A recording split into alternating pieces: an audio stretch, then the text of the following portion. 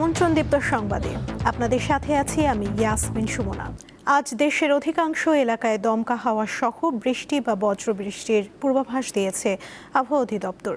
পূর্বাভাস অনুযায়ী খুলনা, বরিশাল, পটুয়াখালী, নোয়াখালী, কুমিল্লা, চট্টগ্রাম, কক্সবাজার এবং সিলেট অঞ্চলের উপর দিয়ে দক্ষিণ বা দক্ষিণ পূর্ব দিক থেকে ঘন্টায় ৪৫ থেকে ৬০ কিলোমিটার বেগে অস্থায়ীভাবে দমকা বা ঝোড়ো হাওয়া সহ বৃষ্টি অথবা বজ্রবৃষ্টি হতে পারে। এ কারণে এসব এলাকার নদীবন্দরকে ১ নম্বর সতর্কতার সংকেত দেখাতে বলা হয়েছে। রংপুর, ময়মনসিংহ ও সিলেট বিভাগের কোথাও কোথাও ভারী থেকে অতি ভারী বর্ষণ হতে পারে। আবহাওয়া অধিদপ্তর আরও জানিয়েছে, বৃষ্টিপাতের প্রভাবে সারা দেশে দিন ও রাতের তাপমাত্রায় সামান্য কমতে পারে।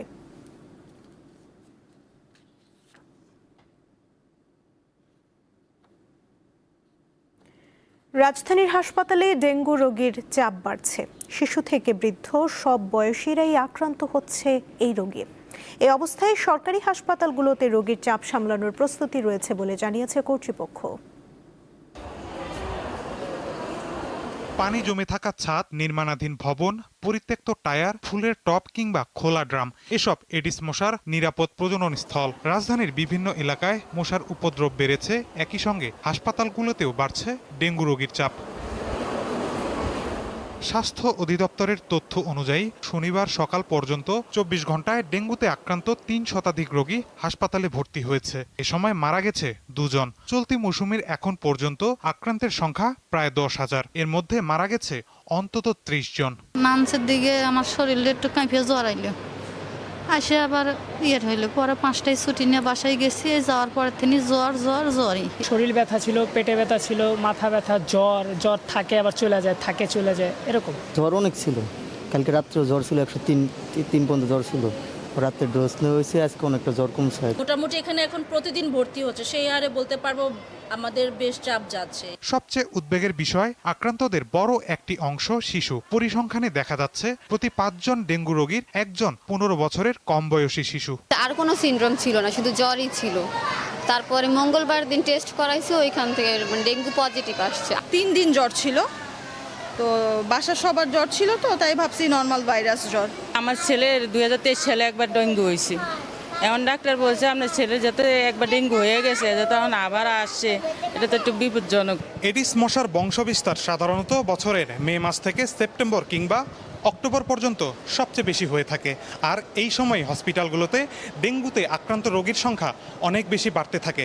তবে আক্রান্ত হওয়ার আগে সচেতনতা বৃদ্ধির পরামর্শ দিচ্ছেন চিকিৎসকেরা। চিকিৎসকরা বলছেন, ডেঙ্গু এখন শুধু জ্বর নয়, অবহেলা করলে এটি প্রাণঘাতী হয়ে উঠতে পারে। ডেঙ্গুর যে মৌসুমটাতে আসলে ডেঙ্গুর যেই সিনারিওটা আমাদের দেশে বিগত অনেক বছর থেকে যেটা দেখে এসেছি, আমরা সবসময় মনে করছি যে ডেঙ্গু চিকিৎসা চাইতে এটাকে প্রতিরোধ কিভাবে করা যায় বা ডেঙ্গুতে আক্রান্ত কতটা কম হওয়া যায়, এদিকেই আসলে বেশি সচেতন হওয়া দরকার। ব্যক্তিগত প্রোটেকশনের ক্ষেত্রে আমরা বলবো যে সবাই যেন একটু ফুল স্লিভ জামা কাপড় পরে থাকেন, অথবা ফুল হাতা জামা কাপড়, প্যান্ট এগুলো পরে থাকেন, এবং নিজের বাসা বাড়ি এগুলোকে যেন পরিষ্কার পরিচ্ছন্ন রাখেন। ডেঙ্গু রোগীর চিকিৎসা নিশ্চিতে প্রয়োজনীয় প্রস্তুতি রয়েছে বলে জানান এই চিকিৎসক। পুরো দেশের মধ্যে সরদে মেডিকেল কলেজে সর্বোচ্চ সংখ্যক রোগী ভর্তি আছে, তো সেই হিসাবে আমাদের রোগী ম্যানেজমেন্টও ভালো হচ্ছে, আমাদের রোগী সুস্থ হয়ে ডিসচার্জ করা হচ্ছে। আলহামদুলিল্লাহ এখন পর্যন্ত ক্যাজুয়ালিটি বা রোগীর মৃত্যুর সংখ্যাটাও যথেষ্ট কম। ডেঙ্গু রোগী ম্যানেজ করতে গেলে আমাদের যে বিষয়গুলোর প্রয়োজন হয়, বিশেষত চিকিৎসার জন্য যথেষ্ট ফ্লুইড থাকা, স্যালাইন থাকা, বা আমাদের যেটাকে আমরা বলি যে কলয়েডাল সলিউশন, হাইপারটনিক যেগুলো আছে, এগুলো মোটামুটি আমাদের কাছে এই মুহূর্তে আমাদের কাছে এডিকুয়েট আছে। সরকারি হাসপাতালে ডেঙ্গুর পরীক্ষা বিনামূল্যে করার নির্দেশ দিয়েছে স্বাস্থ্য মন্ত্রণালয়। মাহিদুর রহমান, দীপ্ত সংবাদ, ঢাকা।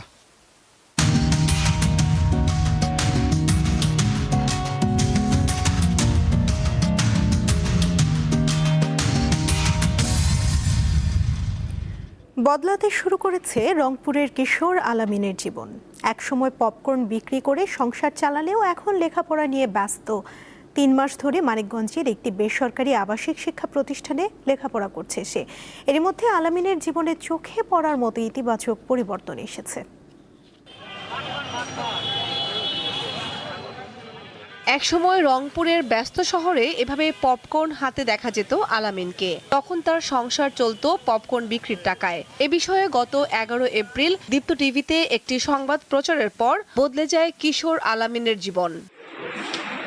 পপকর্নের ঝুড়ির পরিবর্তে এখন তার হাতে শোভা পাচ্ছে বই খাতা।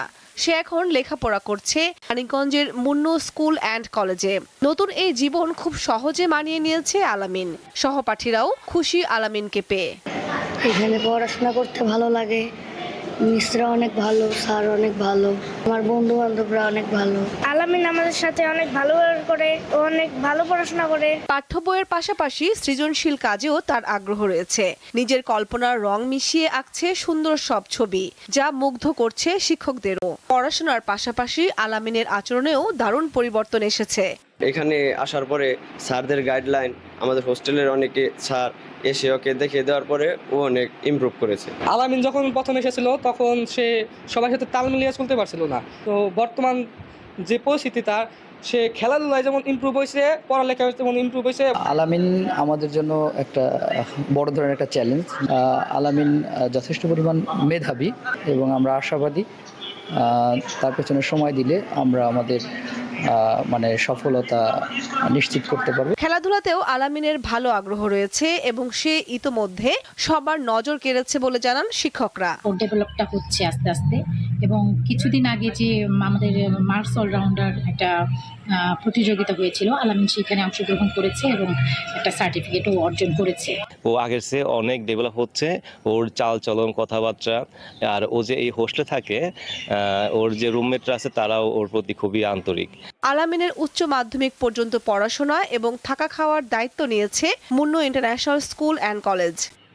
এই 3 মাসে আমাদের প্রচেষ্টায় এবং তার নিজের আগ্রহে আমি বলবো যে তার ব্যাপক পরিবর্তন হয়েছে। যে প্রত্যাশা নিয়ে আমি তাকে নিয়ে আসছি এবং ইন্টারন্যাশনাল স্কুল অ্যান্ড কলেজে, সেই প্রত্যাশা সে পূরণ। সুযোগ পেলে একজন শিশুর জীবনও বদলে যেতে পারে আলামিন তার দৃষ্টান্ত। কামরুন নাহার, দীপ্ত, বার্তাকক্ষ। 2013 সালের শাপলা চত্বর হত্যাকাণ্ডের তদন্ত প্রতিবেদন আন্তর্জাতিক অপরাধ ট্রাইব্যুনালের প্রসিকিউশনে পৌঁছেছে। মামলায় সাবেক প্রধানমন্ত্রী শেখ হাসিনা ও সাবেক সেনাপ্রধান জেনারেল আজিজ সহ 41 জনকে আসামি করা হয়েছে। আসামির তালিকায় পুলিশ ও র্যাবের কর্মকর্তা ছাড়াও কয়েকজন সাংবাদিক রয়েছেন। চিফ প্রসিকিউটর আমিনুল ইসলাম বিষয়টি নিশ্চিত করে জানান, প্রসিকিউশনের কাছে তদন্ত সংস্থা প্রতিবেদন জমা দিয়েছে। এদিকে শাপলা চত্বরে হেফাজতে ইসলামের সমাবেশে হত্যাকাণ্ডের ঘটনায় দায়ের করা মামলার অগ্রগতি জানতে আজ চিফ প্রসিকিউটরের কার্যালয়ে গিয়েছেন সংগঠনটির একটি প্রতিনিধি দল।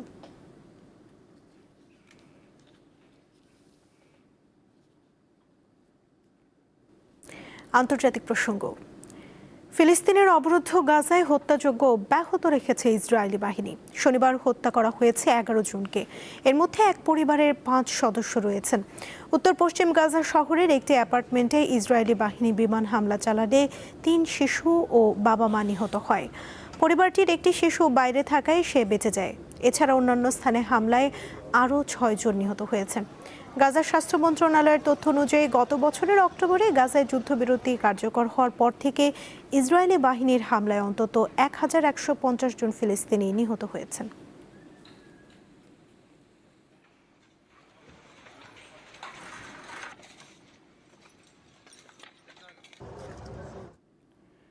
জর্ডানে ইরানের ক্ষেপণাস্ত্র হামলায় যুক্তরাষ্ট্রের 2 সেনা নিহতের পর তেহরানে আবারও বিমান হামলা চালিয়েছে ওয়াশিংটন। রোববার গভীর রাতে প্রেসিডেন্ট ডোনাল্ড ট্রাম্পের নির্দেশে এই হামলা চালানো হয় বলে জানিয়েছে যুক্তরাষ্ট্রের সেন্ট্রাল কমান্ড সেন্টকম। হামলা হয়েছে ইরানের কেশম দ্বীপ, সিরিক এলাকা এবং দক্ষিণ পশ্চিমাঞ্চলের সাদেগান শহরে। জবাবে ইরাক, কুয়েত, কাতার, বাহরাইন সহ উপসাগরীয় দেশগুলোতে যুক্তরাষ্ট্রের স্থাপনা লক্ষ্য করে হামলা চালাচ্ছে তেহরান। এদিকে ইরানের সর্বোচ্চ নেতা মোস্তফা খামেনি বলেছেন, সমঝোতার স্মারক লঙ্ঘনের মাধ্যমে ওয়াশিংটন প্রমাণ করেছে ডোনাল্ড ট্রাম্পের স্বাক্ষর সম্পূর্ণ মূল্যহীন ও অকার্যকর।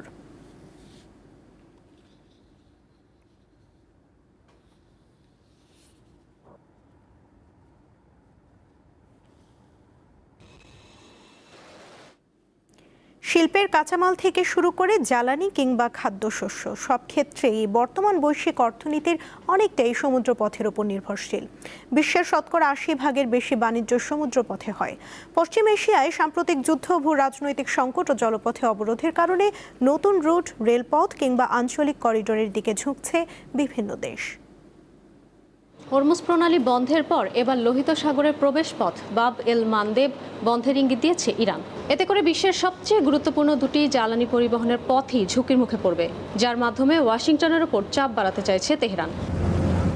জাতিসংঘের বাণিজ্য ও উন্নয়ন সংস্থার তথ্য অনুযায়ী বৈশ্বিক বাণিজ্যে প্রায় ৮০ থেকে ৯০% সমুদ্রপথের মাধ্যমে পরিচালিত হয়। আন্তর্জাতিক বাণিজ্যিক জাহাজগুলো প্রতি বছর ১২ বিলিয়ন মেট্রিক টনেরও বেশি পণ্য পরিবহন করে। কাঁচামাল, জ্বালানি কিংবা খাদ্যশস্য সব ক্ষেত্রেই সমুদ্রপথ সবচেয়ে সাশ্রয়ী ও কার্যকর ব্যবস্থা। এরই মধ্যে হরমুজ প্রণালীর বিকল্প হিসাবে ইরাকের উত্তরাঞ্চলীয় শহর কিরকুক থেকে সিরিয়ার ভূমধ্যসাগরীয় উপকূল পর্যন্ত বিস্তৃত ৫০০ মাইলের কিরকুক বানিয়াস পাইপলাইন পুনরায় চালুর পরিকল্পনা করছে ইরাক, সিরিয়া ও যুক্তরাষ্ট্র। যুদ্ধের শুরু থেকেই সমুদ্রপথের বিকল্প হিসেবে মরুভূমির মহাসড়ক ব্যবহার বাড়িয়েছে উপসাগরীয় দেশগুলো। হরমুজ প্রণালীর বিকল্প রুট হিসেবে ইতিমধ্যে কাস্পিয়ান সাগরের ব্যবহার বাড়িয়েছে রাশিয়া। এছাড়া চীন এমন একটি সংযোগ ব্যবস্থা গড়ে তুলতে চাইছে যেন একটি পথ, বন্দর বা প্রণালীর উপর অতিরিক্ত নির্ভর করতে না হয়। কারণ যদি কোনো কারণে মালাক্কা প্রণালীতে জাহাজ চলাচল ব্যাহত হয়, তাহলে চীনের অর্থনীতি, শিল্প উৎপাদন ও জ্বালানি নিরাপত্তা একসঙ্গে চাপের মুখে পড়তে পারে। আর তাই কোথাও বন্দর, কোথাও রেলপথ, কোথাও সড়ক, আবার কোথাও জ্বালানি পাইপলাইন নির্মাণ করছে দেশটি। উপসাগরীয় অঞ্চল থেকে লোহিত সাগর পর্যন্ত সংঘাত ছড়িয়ে পড়ায় বৈশ্বিক বাণিজ্য এবং জ্বালানি পরিবহন ব্যবস্থা নিয়ে দিন দিন ক্রমেই উদ্বেগ বাড়ছে। এছাড়া সাম্প্রতিক বছরগুলোতে বিশ্বজুড়ে বেড়েছে ভূ রাজনৈতিক অস্থিরতা। বিশ্লেষকরা বলছেন, সাশ্রয়ী ও কার্যকর ব্যবস্থার কারণে ভবিষ্যতেও বৈশ্বিক বাণিজ্যের মূল ভিত্তি সমুদ্রপথই থাকবে। কিন্তু সমুদ্রপথের পাশাপাশি স্থলপথ, পাইপলাইন, রেলপথ কিংবা আঞ্চলিক করিডর প্রস্তুত করা থাকলে বড় ধরনের সংকটের সময় তুলনামূলকভাবে সরবরাহ ব্যবস্থা স্থিতিশীল রাখা সম্ভব। ইশরাত সুমা, দীপ্ত বার্তা কক্ষ।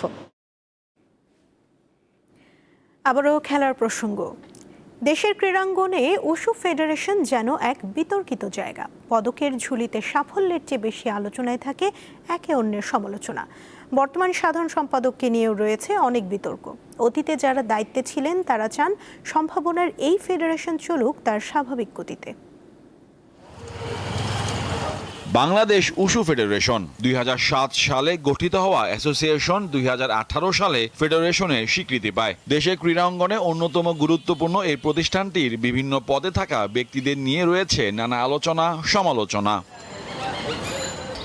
২৪-এর ৫ আগস্টের পর অন্তর্বর্তীকালীন সরকার সার্চ কমিটির মাধ্যমে গঠন করে অ্যাডহক কমিটি, যেখানে ঠাঁই পান অনেক সাবেক ক্রীড়া সংগঠক। তাদের একজন দিলদার হাসান দিলু, যাকে নারী সংক্রান্ত অভিযোগে ২০১০ সালে ক্রীড়া পরিষদ থেকে বহিষ্কার করা হয়। ১১তম সাউথ এশিয়ান গেমসে নারী কেলেঙ্কারির বিষয়ে উনি জাতীয় ক্রীড়া পরিষদ থেকে উনি বহিষ্কৃত হয়েছে। উনি যতদিন ফেডারেশনের সেক্রেটারি হিসেবে থাকবে বা যদি ভবিষ্যতে আসে, আমরা যে নারী খেলোয়াড়রা আছি, আমরা যে খেলোয়াড়রা আছি, তারা ফেডারেশন আমরা প্র্যাকটিসে যাব না। ২০০৭ সাল থেকে দীর্ঘ সময় উশু ফেডারেশনের সাধারণ সম্পাদক হিসাবে কাজ করার সময় আর্থিক অনিয়ম, প্রশাসনিক স্বেচ্ছাচারিতা, বঞ্চনা, স্বজনপ্রীতি ও ক্ষমতার অপব্যবহারের একাধিক অভিযোগ দীর্ঘদিন ধরে আলোচনায় রয়েছে। গণমাধ্যমেও এ নিয়ে সংবাদ হয়েছে। পারিবারিক এবং একটা ঘরোয়াভাবে তার স্টুডেন্ট নিয়ে, দল তো আছেই, তার স্টুডেন্ট নিয়ে ক্লাব ভিত্তিক তার এই একটা কেন্দ্রের ভিতরে নিয়ে আসতে পারছে, আউট যাতে কেউ এই খেলার সাথে ইনভলভ নাই। এছাড়া মার্শাল আর্টে পর্যাপ্ত দক্ষতা না থাকা ব্যক্তিদের কমিটিতে স্থান দেওয়ার পাশাপাশি নিজের পছন্দের উশু ক্লাবগুলোকে সুযোগ করে দিতে অতীতে নিবন্ধিত ক্লাবগুলোকে নিষ্ক্রিয় করার অভিযোগ করেন সাবেক এই কর্মকর্তা। এটা কেমন করে হয়? একজন নারী কেলেঙ্কারি এবং অসৎ উপায় অবলম্বন, দুর্নীতিবাজ লোকেরা যদি এই ফেডারেশনে এসে এই বর্তমান যুগে, এই জেনজের যুগে, এটা হইতেই পারে না। অভিযোগের বিষয়ে সংস্থার সাধারণ সম্পাদক বলেন, তিনি পরিকল্পিত ষড়যন্ত্রের শিকার হচ্ছেন। মিথ্যা বিষয়টাকে নিয়ে যখন আর্গুমেন্ট করতে যাবেন, তখন এটাকে নিয়ে আর্গুমেন্ট করতে করতে মিথ্যাটাকে সত্য করার জন্য অনেকে চেষ্টা উঠে পড়ে লাগবে। আমি এটা নিয়ে মামলা করছি, মামলায় জয়ী হয়েছি, আর এটা নিয়ে আমি কি করবো আমাকে বলে না। নোংরামিতে আমরা একদম সেরা জায়গায় চলে যাচ্ছি। উশু খেলার বিষয়ে এখন পর্যন্ত মানুষের মধ্যে তেমন আগ্রহ সৃষ্টি করতে পারেনি ফেডারেশন, অথচ কর্মকর্তারা ব্যস্ত পদ, পদবি ও কাদা ছোড়াছুড়িতে। মোহাম্মদ হাসিব, দীপ্ত স্পোর্টস, ঢাকা। এই ছিল এখনকার মতো। পরবর্তী সংবাদ দুপুর 2টায় দেখার আমন্ত্রণ রইল। এছাড়া আরও তথ্য পেতে যুক্ত থাকুন দীপ্ত ডিজিটাল প্ল্যাটফর্মের সাথে। ধন্যবাদ সবাইকে।